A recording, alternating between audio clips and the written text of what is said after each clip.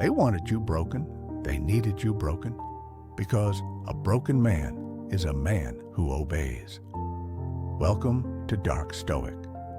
Today, we explore what happens when the very people who tried to destroy you accidentally created something far more dangerous than they could have imagined.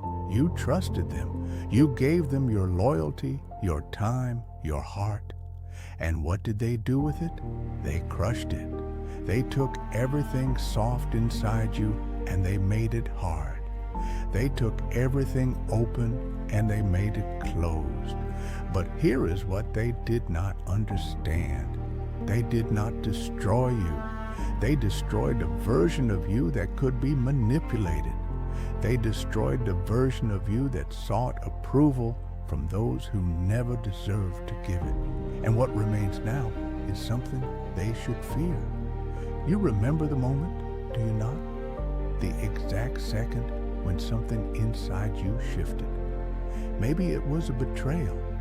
Maybe it was a lie that finally revealed years of deception. Maybe it was watching someone you loved choose to hurt you, knowing exactly what they were doing. That moment did not break you.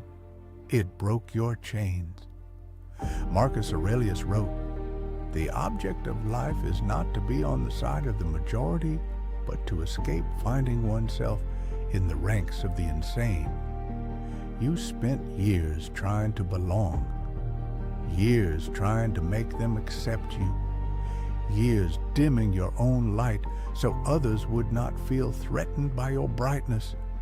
And where did it get you?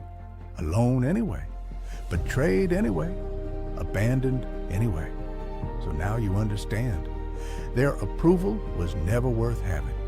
Their acceptance was a cage disguised as a home.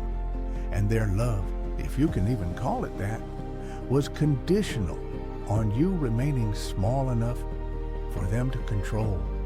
You were not born to be comfortable. You were born to be forged. Every person who abandoned you removed dead weight from your journey.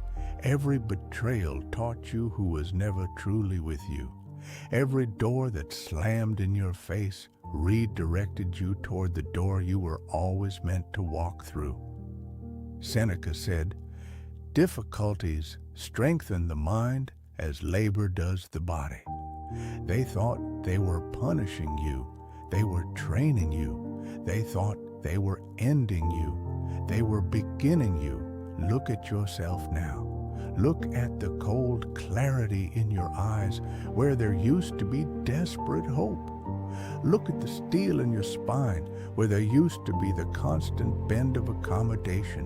You do not beg anymore. You do not chase anymore.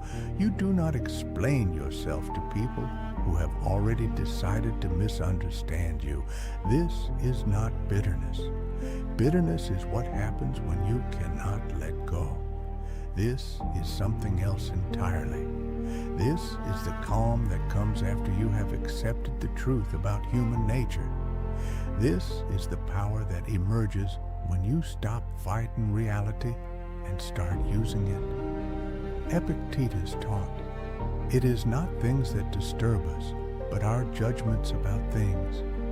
You used to judge their actions as devastating. Now you judge them as educational. You used to see their betrayal as the end of your world. Now you see it as the beginning of your reign. The judgment shifted. And when the judgment shifted, everything shifted. They are watching you now, you know, the ones who tried to destroy you. They see you rising and it terrifies them. Because you were supposed to stay down. You were supposed to remain broken. A cautionary tale they could point to and say, "See what happens when you go against us." Instead, you became a threat to their entire narrative. You want to know what real power looks like? It is not revenge. Revenge keeps you chained to them. Real power is indifference. Real power is building an empire while they wait for your downfall. Real power is becoming so focused on your own path that you forget they exist. Marcus Aurelius wrote, "The best revenge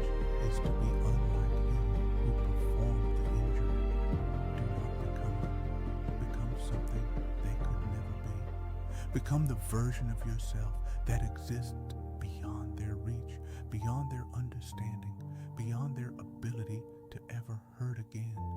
You are not who you were a year ago. You are not who you were 6 months ago.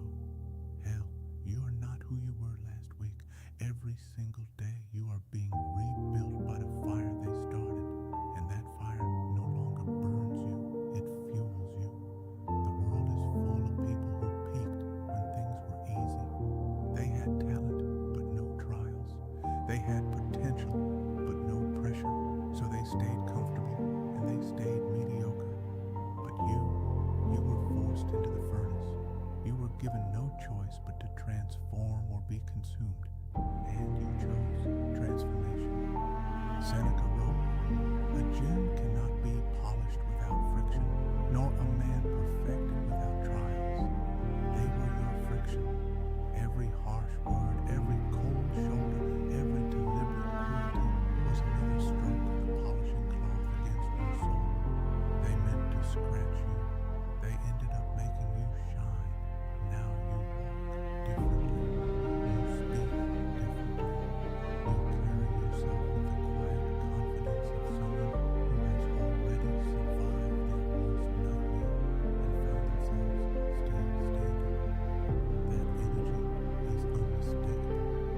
People feel it when you enter a room. They do not know why, but something about you commands attention now.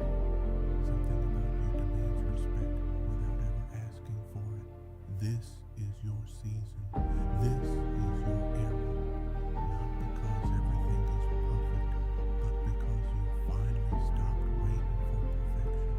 You stopped waiting for the right moment, the right people, the right circumstances. You started building with whatever broken pieces they left you, and those broken pieces are becoming a monument. Do not waste this transformation on anger. Anger is a fire that burns the one who holds the longest. Instead, channel everything they gave you into becoming undeniable.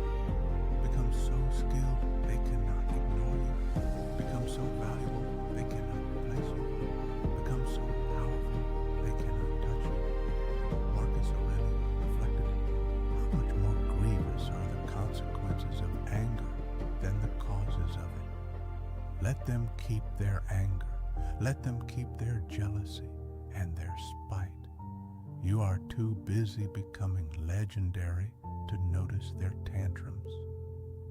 The next chapter of your life is going to make the previous chapters look like a rough draft. You are not just recovering from what they did to you, you are using it as rocket fuel. Every wound is becoming wisdom. Every scar is becoming strength. Every tear you shed in silence is becoming the foundation of something magnificent. They destroyed the old you. Let them have that victory. It is the only one they will ever get, because what you become next is beyond anything they can imagine. What you build from here will outlast their memory. What you achieve will make their betrayal look like the greatest favor anyone ever did for you. Epictetus reminded us, no man is free who is not master of himself.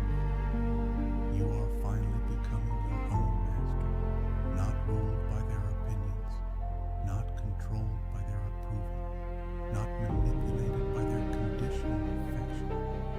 You answer to your own standards now, and your standards are higher than anything they ever demanded of you. This is not the end of your story. This is not even the middle. This is the moment just before the turning point, when everything you have suffered finally starts paying dividends. So let them watch. Let them see what happens when you stop breaking